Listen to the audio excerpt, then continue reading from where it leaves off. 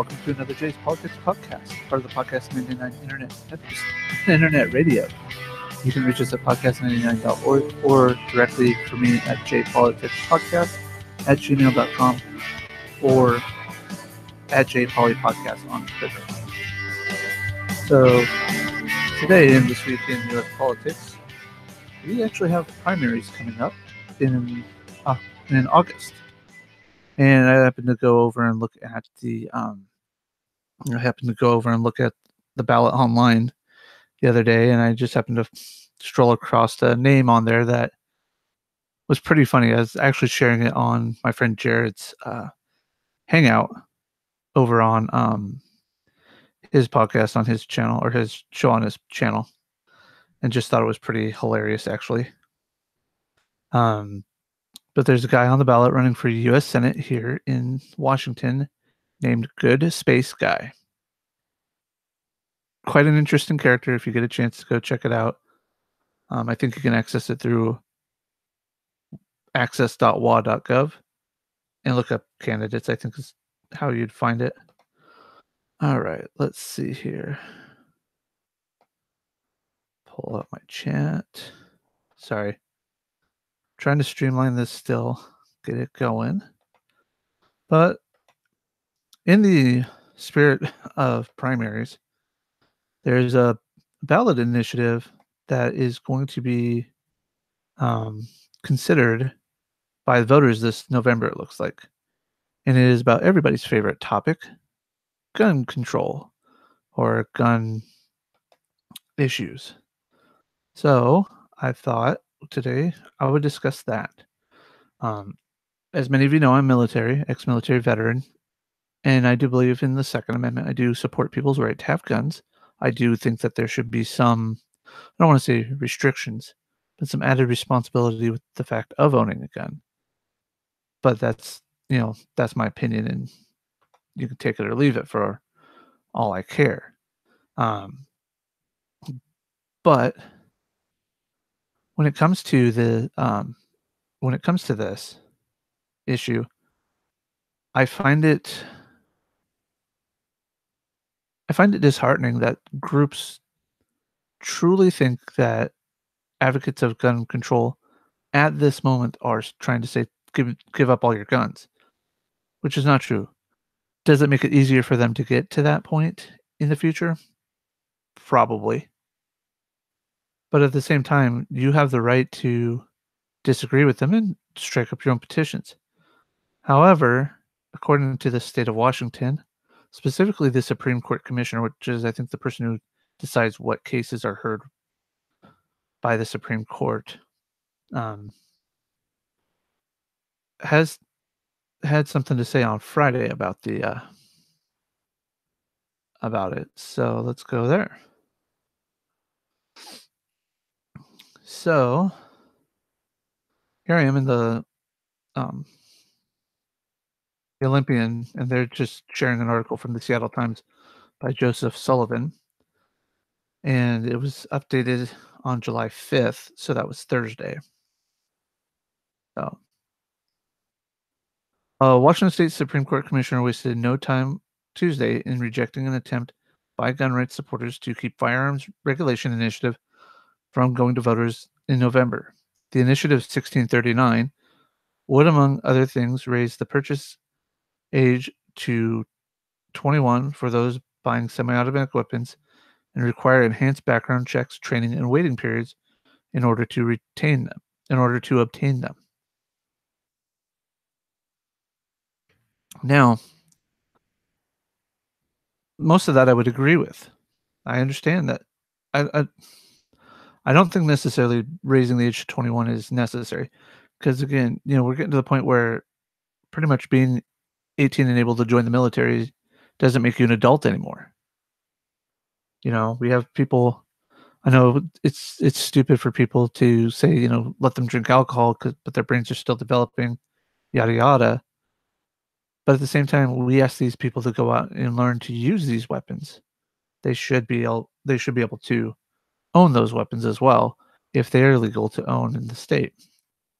Now, I've got the article here, that the link for the Initiative 639, because I haven't actually read it, so I don't know, what it is, but let's see here. Yay, banner ads on the side. It's pretty much the same. Looks like it's the same thing here. Same author. Alright. Trying to see where the actual initiative is, but I don't have it here. Alright. Uh, among other things, okay. The initiative would require gun owners to secure any firearms kept in homes. Gun owners could face misdemeanor or felony charges in certain circumstances where they allow someone prohibited from obtaining a weapon access to their firearm. I I can understand that. But at the same time, you're not gonna always know if somebody's should have access to a firearm. You know, just because 'cause you're friends with somebody, if you don't see that friend for years, you don't know that they've been in jail or, whatever that would take away that right because they were a violent offender. How are you supposed to know that? But then again, people are gonna say of the law is no defense, but in this case, it actually could be. It's one of those, issues that I don't think they've entirely shot down or thought through.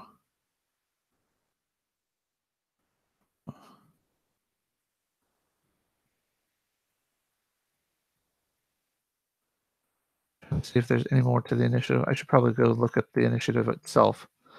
Probably do that here in just a minute. Um, the group that's the group that's in charge of this initiative is the Washington Alliance for Gun Responsibility, and is scheduled to turn in about 360,000 signatures later this week. The initiative supporters must turn in the valid signatures of at least 259,622 registered voters by Friday to place the measure in the general election ballot. LV-based Second Amendment Foundation and other parties on Friday filed a request for an injunction with the Supreme Court, um, which they're waiting on, which Supreme Court Commissioner Michael E. Johnston dismissed. And no, this wasn't yesterday, Friday. It was the Friday before. I thought it was when I read it. I thought it was yesterday, but it wasn't. They contend that the signature petitions do not show all the changes of the initiative would make to the state gun laws. Naming Secretary of State Kim Wyman as the respondent, they asked the court to invalidate the petitions. Supreme Court Commissioner Michael E. Johnson dismissed the filing. Among the reasons he wrote, the judicial review of initiatives in these instances can occur only when the state secretary of state has declined to place the measure on the ballot. The denial isn't likely to stop this Second Amendment Foundation's efforts. We're filing a motion to reconsider as I write this, Alan Gottlieb, Executive Vice President and founder of the group, wrote in an email. Voters in Washington voters in 2014 and 2016 widely voted to approve gun safety measures, one including the expanding background checks for those purchasing firearms. It remains to see whether groups like the Second Amendment Foundation or the National Rifle Association will put up big money for a formal opposition campaign. Microsoft co-founder Paul Allen and venture capitalist Nick Hanauer, along with his wife, have each given $1.2 million to the initiative campaign. As of Tuesday, the Alliance for Gun Responsibility has raised $3 million to support the initiative. I think that's the end of the article there. Let's see if I can pull up here really quick. All right. Let's see if I can actually pull up the initiative as worded by the group. All right. So.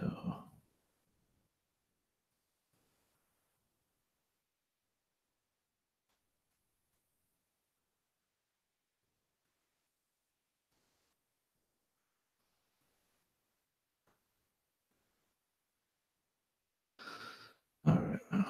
Oh, here we go. Initiative from the Secretary of State's office as presented, and it's 30 pages long. All right. All right. So let's go ahead and go back to sharing my screen.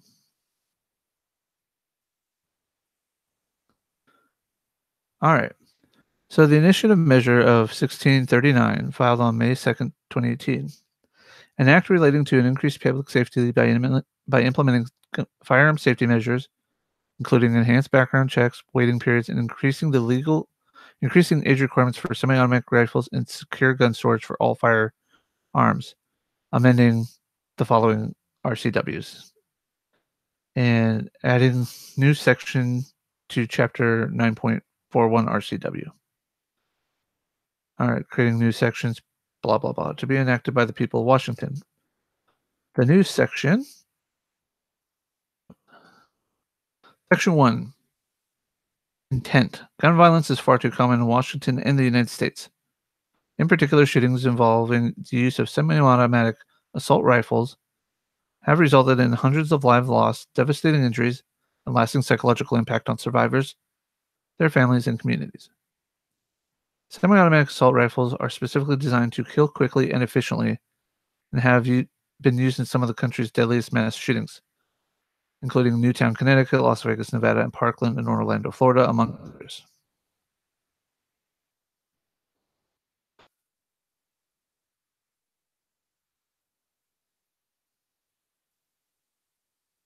Sorry about that.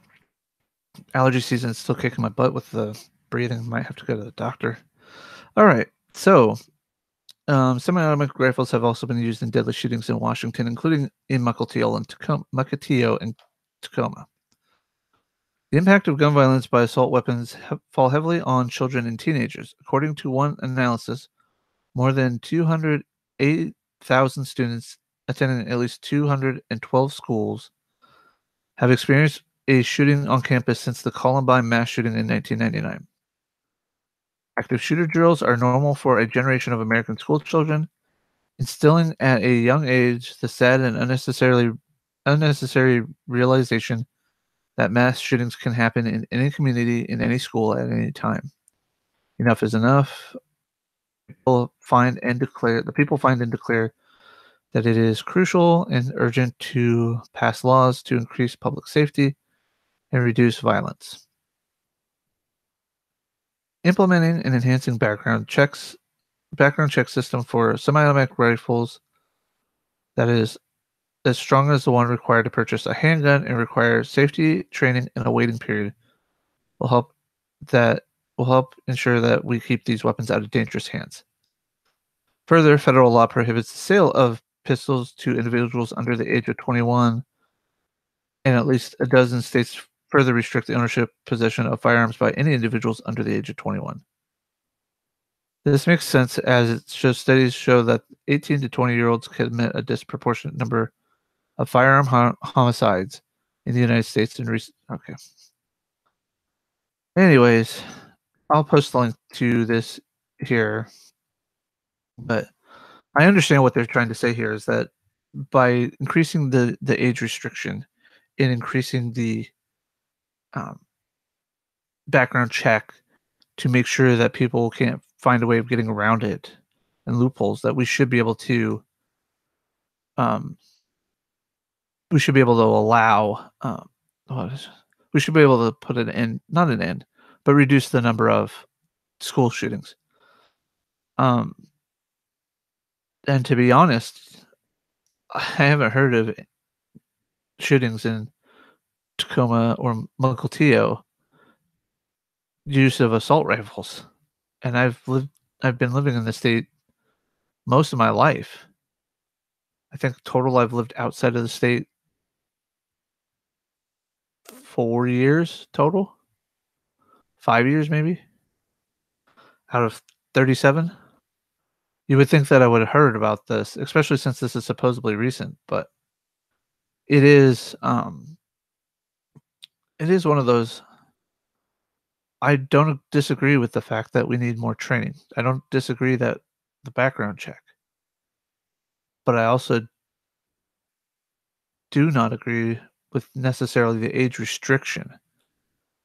If properly trained,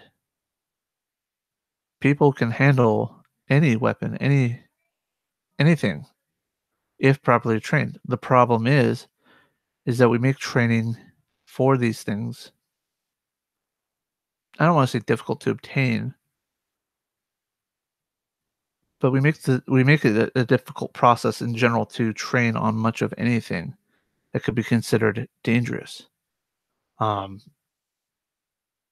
and some of it's, for, like, job-related reasons, like getting getting a CDL, it seems like it would be really easy to do, a commercial driver's license, but it costs quite a bit of money. Now there are programs that pay for it, and that's fine, you work your way up and pay it off like a student loan. If you join the military, the VA pays for it, but and that's probably a bad example. But I mean, just like in general, there are programs out there to help people get the gun safety that they need, and they should have it. But at the same time, maybe make a maybe shooting ranges could make a class that you buy a weapon from them, you have to take this class before you get your weapon, even if you meet the other requirements. Until you complete the safety, training, you don't get it, etcetera. So it's just one of those things, and I agree with, safe handling and safe storage as well. I mean, if I were to have a gun in the house, um, I would definitely want it to be out of reach of people. I'd want it, out of reach of children and things like that. I mean, I'm not foolish, but at the same time, I don't know. I keep going back to my thoughts about, we allow these people to join the military at age 18, sometimes even as young as 17 with parent permission, and we send them off to war. We send them off to combat zones where they have to handle these weapons. These are some of the most trained people in these weapons, and yet you don't wanna allow them to have these weapons. Now some of them can and do come back damaged mentally, and we can't just rely on the fact that they've had training to we can't rely on their training in the military to keep them from doing something like a shooting. I understand that. Not trying to discredit that or say that all military people are better off handling weapons than the average civilian. That's not the case. That's not what I'm trying to say at all. I know it does kind of sound like that. But the issue that I'm having with it, the issue that I have with people, um, the issue that I have with people, um, huh, the issue that I have with people trying to make it about kids owning guns, then we need to do something with these kids. If they're if high school, if their general education that's paid for by the public ends at 18, and you're not going to allow them to join the military, or if you're not going to allow them to join the military, or if you're not going to allow them to own guns because they're not responsible enough to have those guns, because I know that's kind of the next argument is if we're denying them the ability to own these guns at 18, then why should we allow them to be in the military where they can handle these weapons anyways, etc., etc. It is logical to assume, what are we going to do with them from 18 to 21? Have them go work jobs? Okay. Well, have them why not have them do some training? Why not have them go through a community college style course rather than go directly to university? Have them do vocational training courses, something like that. Give them options that don't, this is a tangent that's going nowhere. I'm just I'm just flustered by the fact that I can agree with parts of this initiative that I've read so far, and there are parts that I don't. And it all stems to the fact that you will you expect we the people expect these kids to go off and die in a war, whether we as the people sanction it or not. And now you're trying to come back and say, "No, you can't own this gun. No, you can't do that because you have PTSD and things like that." And again, I'm not saying that those people should be allowed to have a gun. If they're not stable enough mentally to be able to handle civilian life, they have anxieties, they have other issues around people in public. Definitely those people don't need a weapon in their hands. Totally understand that. Totally agree with that. But it's the fact that you're trying to say you're not mentally responsible enough to handle a weapon at 18, 19, or 20. Just like you're not developmentally able to cope with alcohol and things like that at 18 through 20 here in the United States. Well,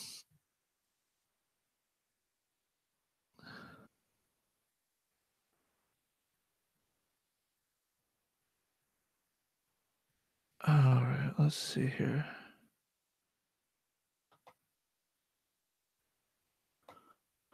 Huh. Sorry, I got distracted because apparently it says that I am not active. That is weird. On the podcast 99. So let's go back to what I was doing.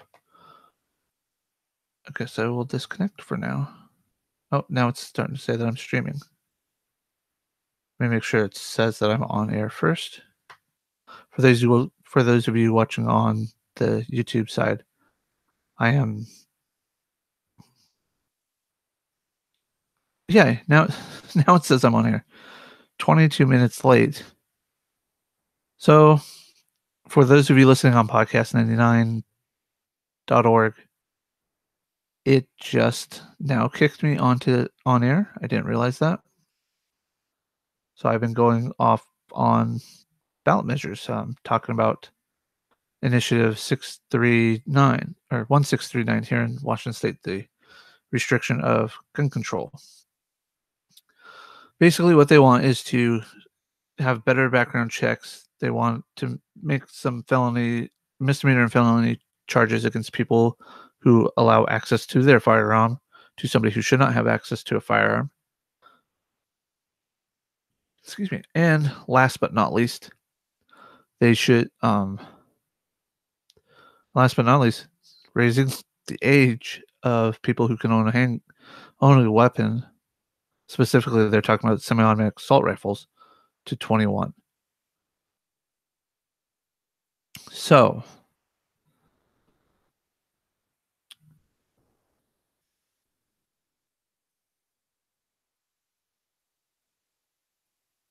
sorry about that. Need to get some water. So basically, I'm just basically rambling all of a sudden that how we as a society will allow 18, 19, and 20-year-olds to join the military, go be trained on these weapons, go die for us and our freedoms, but we don't want to allow them to have those weapons as civilians, you know, because and it has nothing to do with them being in the military. I'm just saying in general, 18, 19, 20-year-olds per this initiative would not be allowed to own these weapons. And they're saying that it's because they're, for lack of a better phrasing, what they're saying is that it is they're not um, they're not responsible enough, pretty much. So, and I can understand why, but at the same time, if we're going to deny, and if it ends up becoming a federal law to deny this right to that section of adults, because in our society they are legally considered adults at 18. They're able to consent on almost anything. Being the exception being alcohol, and I guess federally they're not able to buy handguns um, at age 20 until age 21. But here's the thing. If that's the case, then we need to pull these kids out of the military because they're not useful to they're not they're not responsible enough to do these jobs, handling these weapons and things like that, according to the people of Washington State. Now, I don't have an issue with tighter background checks. I don't have an issue with more training courses and things like that. I don't mind waiting periods. The problem I have with that is with the age restriction because we send these kids off to do things in our name on the battlefields, out to sea, and we trust them with that responsibility, but we won't trust them here. So it is what it is. And honestly, if that's the case, if we're not going to trust them with the at home, then why should we trust them abroad over abroad with guns like this as well? And honestly, I don't think there's an issue, but if we're going to do that, then we need to stop letting these kids join the military. And if we're not going to allow them to join the military, and rather than just rely on them getting just a job, we need to consider something else. Let's send them to school. Let's see what kind of training they want. Maybe they were going to join the military to become a helicopter mechanic or a jet mechanic, etc. Send them to a vocational school that's like a 2-year, 3-year program. Then after that, if they want to join the military at age 21 as an enlisted, they can do that. And maybe they can provide their work through the school or show their grades through school, and then they can, right out of boot camp, get their rating for the Navy or their MOS in the other branches and make whatever pay grade they were going to be at when they got out of boot camp, etc. That just a thought. I mean, I have to write that down for Jared's show. Make a little note of that. But anyways, I digress. I digress for about a good 10, 15 minutes on that. Back to the regularly scheduled program. All right, Section 2, short title of this act may be known and cited as a Public Safety and Semi-Automatic Rifles Act. Section 3, enhanced background checks, referring to the RCW sections, paragraphs, etc. In addition to other requirements of this chapter, no dealer may deliver a pistol to a purchaser thereof until the purchaser produces a valid concealed pistol license, and the dealer has record of the purchaser's name, license number, and issuing agency, such record to be made in triplicate and processed as provided in subsection 6. I guess they made a typographical error there. For purposes of the subsection 1A, a valid concealed pistol license does not include a temporary emergency license and does not include any license issued before July 1st, 1996, unless issuing agency conducted a record search for disqualifying crimes under RCW 9.41.070 at the time of issuance. The dealer is notified in writing by the chief of police or sheriff of the jurisdiction under which the purchaser resides that the purchaser is eligible to possess a pistol under RCW 9.41.040, that the application to purchase is approved by the chief of police or sheriff, or Section II, the state that purchaser is eligible the state that the purchaser is eligible to possess a firearm under this as provided in subsection 3B of this section, or C, the requirement or time periods under RCW 9.41.092 have been specified. In addition to other requirements of this chapter, no dealer may deliver a semi-automatic assault rifle to a purchaser thereof until 2A, purchaser provides proof that he or she has completed a recognized firearm safety training course within the last 5 years, at a minimum, includes instruction on basic firearm safety rules, firearms and children, including secure gun storage and talking to children about gun safety, firearms and suicide prevention, secure gun storage to prevent unauthorized access and use, safe handling of firearms, and state and federal firearm laws, including prohibited firearm transfers. Training must be sponsored by a federal, state, county, or municipal law enforcement agency, a college or university. Yeah. And then it goes into must be notified in writing the same as before. Going to 3B.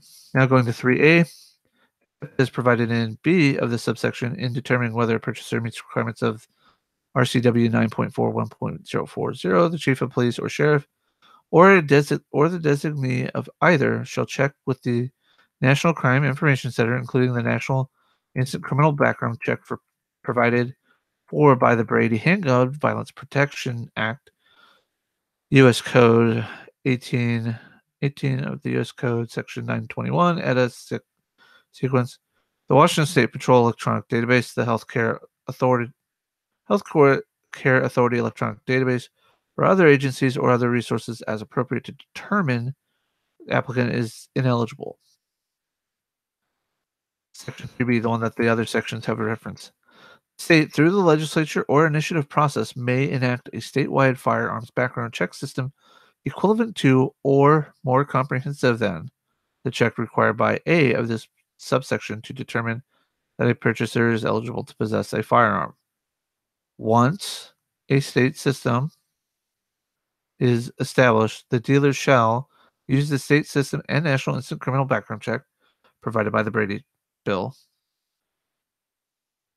or the Brady Act, I guess. Make criminal background checks of applicants to purchase firearms. Now they're including their strikeouts. However, a chief of police sheriff shall continue to check health care authority, which I think is the reason why they're striking that out is because of Section B is going to be including all of the stuff that's in Section 3A. Section 4, in any case under the section where the applicant has an outstanding warrant for his or her arrest from any court of the competent jurisdiction for a felony or misdemeanor, the dealer shall hold delivery of pistol or semi-automatic rifle until the warrant for the arrest is served and satisfied by appropriate court appearance.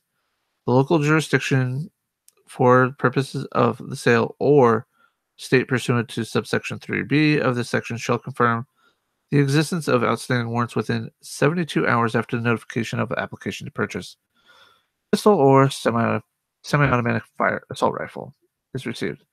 The local jurisdiction is also immediately confirmed at the satisfaction of the warrant on request of the dealer so that the whole may be released if the warrant was for an offense other than an offense making the person ineligible for a firearm possession. In any case, like I said, I'm going to have the link here. This is 30 pages. It is quite a lot to go through. And I only have 27 minutes left.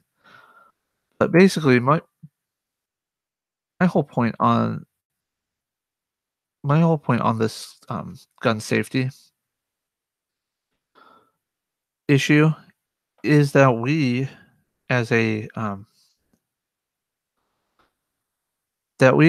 society want to be safe, and I understand that. And unfortunately, when we give up safety, our own responsibility for safety to the government, we lose certain freedoms.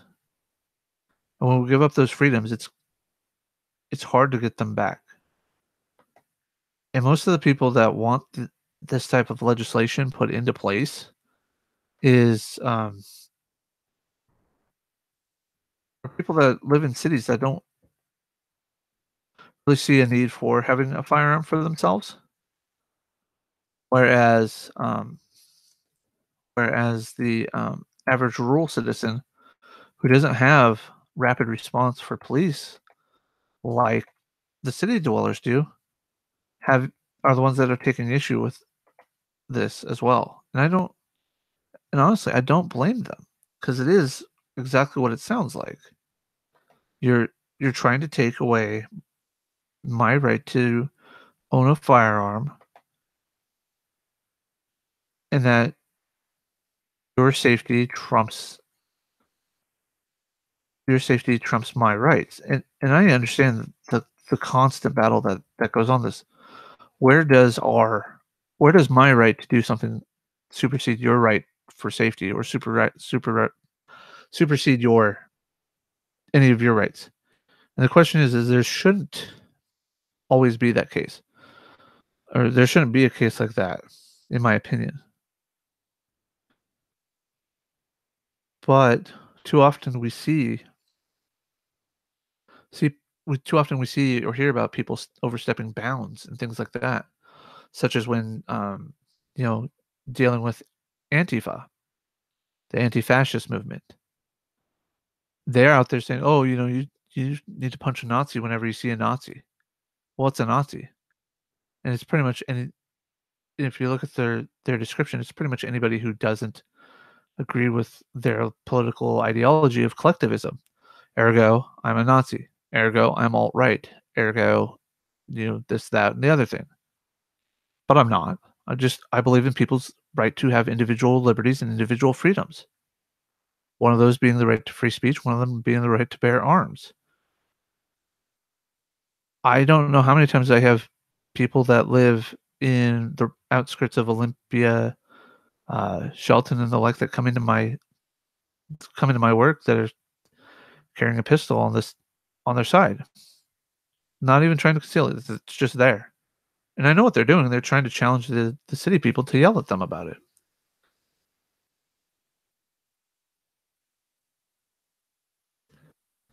But at the same time, egging on these people is not what's going to do it. Now,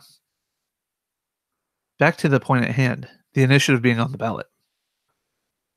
If this is what the people want, then it needs to be on the ballot. I don't care what Second Amendment group you support. Is the people of the state trying to make a decision together, and they want it to be voted on by the people, not the legislature. This this is an easy way to get around the court system, basically, the Constitution, because it's not coming from the actual government saying, "Hey, we're going to enact these laws." No, it is the people saying, "We want this law in place." The ergo, it's gonna be in place.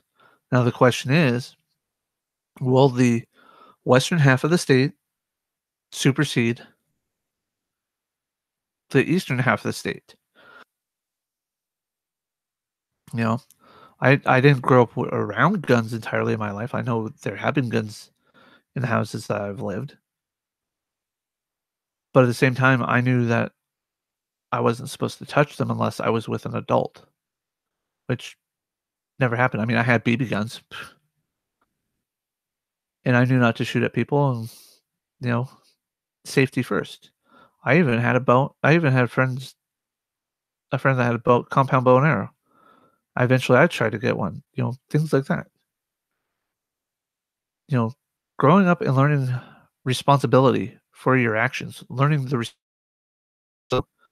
do what is required of you as a person in relation to society is what we need to be teaching children these days. It's what we need to be teaching ourselves. But the problem is as you see in society nowadays, is we don't want to take the responsibility. It's not our job to be responsible to society. It's society's job to be responsible to kowtow to our whims, which is not true, in my opinion. I mean, again, it's all my opinion. But you're going to sit here and tell me that when I say something that has no intent of offense, I'm not trying to give offense to somebody, that I'm responsible for them being offended? If I decide to go and buy a gun and I say this passes and I get through the whole process and lo and behold, I'm out packing my gun on my own time at a store that's not my store that I work at. and somebody comes up and accosts me for carrying my gun without it being concealed because they're offended by me having it, what right do they have to come up to me and demand me to remove my gun or put away, etcetera, etcetera? They have the right to say it, sure, by all means, by free speech, they can talk to me all they want, but they don't have the right to order me to do anything. They don't have the right to demand me to do anything that I don't wanna do, and that's the slippery slope that we're gonna be going down here eventually, is that while it may become more difficult to own a gun, when are we gonna start legislating or using initiatives here in this state to take away somebody's right to carry a gun on their person at whatever time they want? Again, posting signs that show this is a gun-free zone doesn't stop the people from actually bringing weapons to these places to commit their violence. Once they get it in their head, they're gonna commit the violence. I would rather have, you know, if a shooter came into a school for an event, say a basketball game in the middle of winter here in Western Washington, where it's raining all the time, they're gonna think long and hard about doing it if they know that either the staff is armed or parents are coming to the school carrying their own weapons. Yeah, they'll probably might arm up and get, bulletproof vests and bulletproof armor and stuff like that to try and, go beyond the simple handgun that people carry, and that's a risk we would have to take. But at the same time, I would feel safer as a parent, especially if I was working while my kid had a game, that there were other people there able to protect them rather than just letting somebody have an open target practice, you know? The gun issue is a hard one for me because, again, being a veteran and being somebody who supports the Constitution and people's rights under the Constitution, I want them to be able to have those rights. If they do something stupid to commit a crime to lose that right, then by all means, they've lost their rights until they can prove otherwise. Should it be a lifetime ban on those rights? Depends on the severity of the crime and whatnot. But at the same but at the same time, our criminal justice system, as many people complain, is overpopulated. Prisons are overpopulated and stuff like that, and we're not actually reforming people. We're not giving them an opportunity to learn a skill, learn a trade, and make them hireable outside of the prison system. They're more likely to recommit offenses. So what good does it do? What good does it do to make legislation like this initiative to where it limits somebody from being able to protect themselves, limits somebody from being able to purchase something they have the right to do, you know? And in in all honesty in all honesty, I just don't know that I'm gonna be able to support this initiative. I'll wait till see if it comes on the ballot, and if it does, I'll read the literature on it. I mean, like I said, I have the link to the original draft that's filed, excuse me, the original draft that was filed with the state of Washington Secretary of State office, but it it's hard, you know?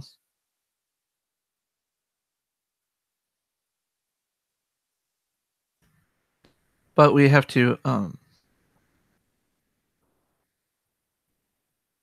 but what else are we gonna do, you know? And I get people's need and want to be safe. I understand that entirely. Do I want somebody coming into my house and shooting my family up? No. Do I want somebody coming into my work threatening me with a gun? No. But at the same time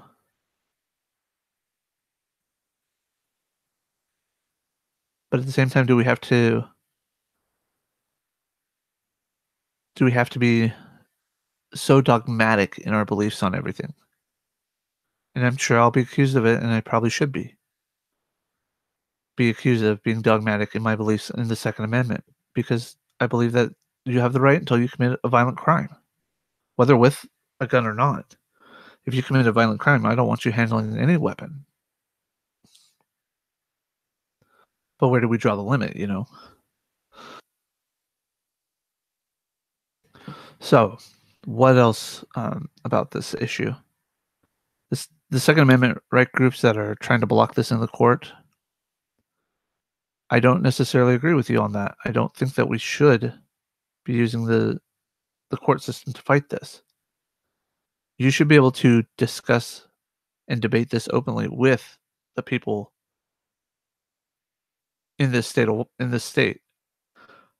But I know plenty of the people who are in that Second Amendment group are conservative Republicans, and their opinion of anybody on the left is that they're too liberal, they're weak, they're mentally challenged. You know, I've been called libtard by some of even my family members and friends, even though they don't realize that it's me they're talking to, or that they, because I do try to play devil's advocate on both sides. You know, if I have my liberal friends, I'll play the conservative side and be like, well, what about this side of the issue? And I get called, you know, alt right, you know, Nazi, white supremacist, etc. And I'll play devil's advocate on the left side for my conservative friends, and I'm called a libtard. Well, guess what? It doesn't matter. Maybe if you actually have the actual discussion and debate with people about it, you know, that's what we need is the open discourse, the open debate, but not letting it denigrate down into name calling and baiting and using logical fallacies to trick over your opponent. You know,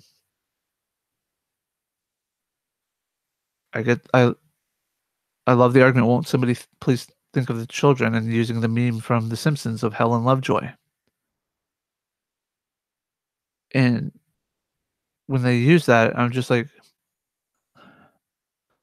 that that's not a valid argument, because if parents would take responsibility of their children and their children's training and understanding around firearms, weapons in general, you know, I I have friends that love knives, love swords. They have them all over the house, and they have a child in elementary school. And from an early age, they have taught her, you only handle these when daddy hands them to you, and you hold them as he shows you how to do it. That's perfectly okay with me. Otherwise, they're kept away from her, and she only sees them when daddy brings them out to show people or show her something new that he's putting into his collection. Same thing goes with firearms. You know, I would never hand a loaded gun to a child. I wouldn't even have a clip in there. I wouldn't have a magazine, whatever you want to call it. Proper terms be damned. You know, we can use colloquialisms as well. People, I mean, why do you think people use theory wrong when discussing flat earth and other scientific issues? They think theory is just an idea when scientifically speaking, theory is a law and a hypothesis is just an idea. You know, a theory in science is proven, a hypothesis is not. But in the general colloquialism, we have theory as being an idea. Oh, hey, I have this theory about this. And I use it, and I use the term theory in both senses. It just depends on who I'm talking to and the situation that I'm trying to talk to them. So it's just one of those things. We, and I'm not even a parent, but we, as society, need to be responsible for training our children how to do these things. Yes, we are going to have those few bad apples that are going to happen. We can't prevent that. We don't know. We cannot genetically modify anybody at this point, as far as I'm aware, scientifically. We can't pull a Star Trek Voyager where B'Elanna is pregnant and she realizes her daughter's going to have cranial ridges because B'Elanna's half Klingon and her daughter will be fourth Klingon with the cranial ridges, and didn't want her to have it. So she was trying to reprogram the doctor to make the genetic modification so she wouldn't have to grow up with the brow ridges. As far as I know, we can't do that with our children yet. We can't stop them from developing autism. We can't stop them from developing any other developmental issue. Not to say in the future we won't be able to, but at least right now, we are not gonna be able to prevent these bad apples. We're not gonna be able to prevent these people from committing the crimes that they do entirely. We can try, we can educate them and say, "Hey, look, this is not how we do things in our society. This is not how we do things in life, etc." Blah blah blah. You know, and explain to them the proper uses of things. You know, for all it was lacking was the DARE program that we had in elementary school, drug abuse resistance or drug alcohol resistance education, whatever it stood for, was largely ineffective. It wasn't a well thought out curriculum, especially for children. But it still succeeded in a few people, myself included, to where drugs never really drugs were never really a thing I wanted to get into. I mean, growing up in my household, my parents both smoked. I have yet to touch a cigarette ever in my life. I've never wanted to smoke in my life.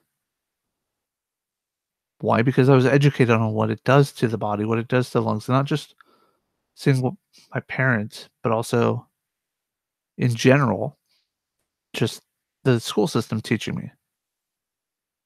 You know, I haven't, I haven't truly abused alcohol ever. I mean, yeah, their 21st birthday, that everybody kind of does, where you're hungover. I've had that experience, but it's not, but I don't go out of my way to go have a drink. I don't go out of my way to do anything like that. And if we can just do the same thing with firearms, if we could just do the same type of programs with safety. And yes, if you are a parent that owns a gun, you need to sit down and have that discussion with your children. This is not okay. We don't, these are not toys. These aren't like the little guns cap guns. And I mean, heck, I grew up with cap guns as a child that, basically it was about a blank, you click and it made the sound of a gunshot. Heck, if you had one of those nowadays and fired one off in town, you would probably be arrested for something silly and, or shot by the police if you pointed at them, which is really a whole nother question in stupidity itself. But the point, again, the point that I'm trying to make all about is literally all about making sure that we, as a society, educate ourselves, educate your children, educate the children in your family as well. Work with their parents if you don't have children of your own and you're the aunt and uncle. But ultimately, we have to help each other to help raise the next generations. And by bickering the way that we do in society these days, where politics is so polarized, where even having a simple discussion with coworkers is like walking on eggshells because you don't know how they're going to take something. And the fact that even one slip of the tongue, whether intentional or not, can get you fired for a myriad of reasons, is not a society worth that we should be living in. I should be able to say my opinions, and as long as I am not condoning direct violence towards anybody, not calling for violence on a particular population group at all, I should be able to speak my mind. If I start calling for, you know, violence against people of any of any race, of any religion, of any creed, sexual orientation, gender preference, etc., any of that, that's when my free speech should end. And that's what I should be defined by, is by my speech, is by my actions, not what you perceive to be everything. You know, the I yeah. It's been 2 weeks since I've actually had a chance to do one of these, and there's just so much that I want to talk about, but I don't have the time because, again, this initiative, it's one that I'm torn on. And honestly, if you read this initiative when I update the information the, um for the post, let me know what you think. Let me know if you can agree with this, in whole, if you agree with part of it, or if you don't agree with it at all. Explain your reasons. Let's have the debate, you know? I don't have a problem discussing things, but we need to make sure that we're all reading the same material, we're all doing the same research type of thing, so that way we have a common understanding. Yes, we can pull in other information, that's fine. But let's have the debate. Let's have this discussion. I have no problem discussing it here on my channel. By all means, come on in. I would be more than happy to have those conversations. I also I also would love to have people. I'd even moderate, people from both sides. So, but that is ultimately just what I wanted to talk about today was, um, the initiative to limit the age on firearms, specifically, um, semi-automatic assault rifles, and also on enhanced backgrounds. Again, I'm not opposed to most of what's in this bill. It's just that age restriction. That's the key point to me.